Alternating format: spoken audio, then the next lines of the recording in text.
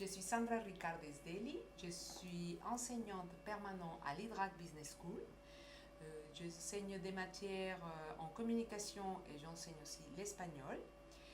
Dans la plupart de mes matières, qui peuvent être soit en anglais, soit en français, soit en espagnol, le mode d'évaluation principal est le contrôle continu et donc du coup, j'utilise beaucoup d'outils numériques qui me permettent de réaliser beaucoup d'évaluations ou les évaluations nécessaires via My Learning Box, mais aussi en utilisant d'autres outils comme Kahoot et Socrative.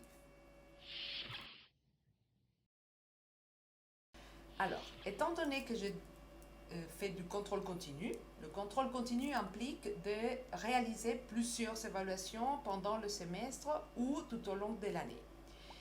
Les outils numériques me permettent non seulement de créer un grand nombre de contrôles continus, mais aussi de diversifier le type de questionnement, d'évaluation, de tests que je vais réaliser aux étudiants.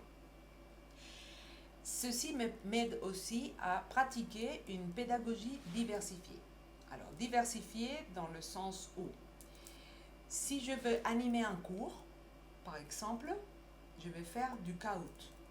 Parce que ça engage les étudiants à répondre vite, et je vais être le plus rapide, et je vais avoir des bonus, et je vais apparaître dans le podium. Mais aussi, avec le Kahoot, je vais pouvoir, par exemple, savoir ce que les étudiants savent déjà du sujet que je vais traiter.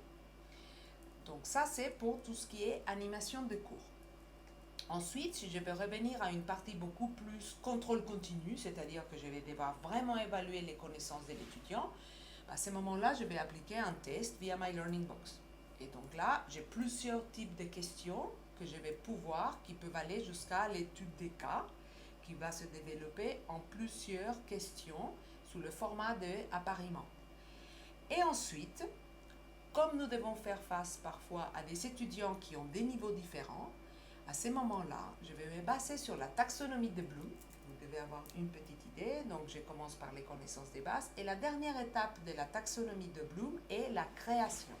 C'est-à-dire que l'étudiant doit connaître suffisamment son cours pour pouvoir créer lui-même une évaluation ou créer lui-même un cours.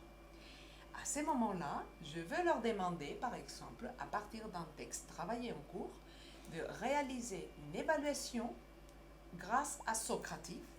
Mais ce n'est pas moi qui va réaliser l'évaluation, le test, ce sont les étudiants qui ont le meilleur niveau en langue, par exemple, à qui je vais demander de faire un Socrative pour évaluer les camarades sur un texte que nous avons déjà travaillé. Donc, si vous voulez, on a travaillé le cours, on a travaillé un texte, les étudiants savent ce qu'ils doivent faire, et ensuite, je veux simplement être sûr que les étudiants ont quand même lu le texte. Et comme ça, Socrative me permet de faire une évaluation pour les étudiants qui ont un niveau élevé, et puis tous les autres qui ont un niveau pas nécessairement bas, mais moyen. Et puis, quand on fait beaucoup de tests, c'est très simple de pouvoir corriger. Les outils numériques nous donnent cette facilité.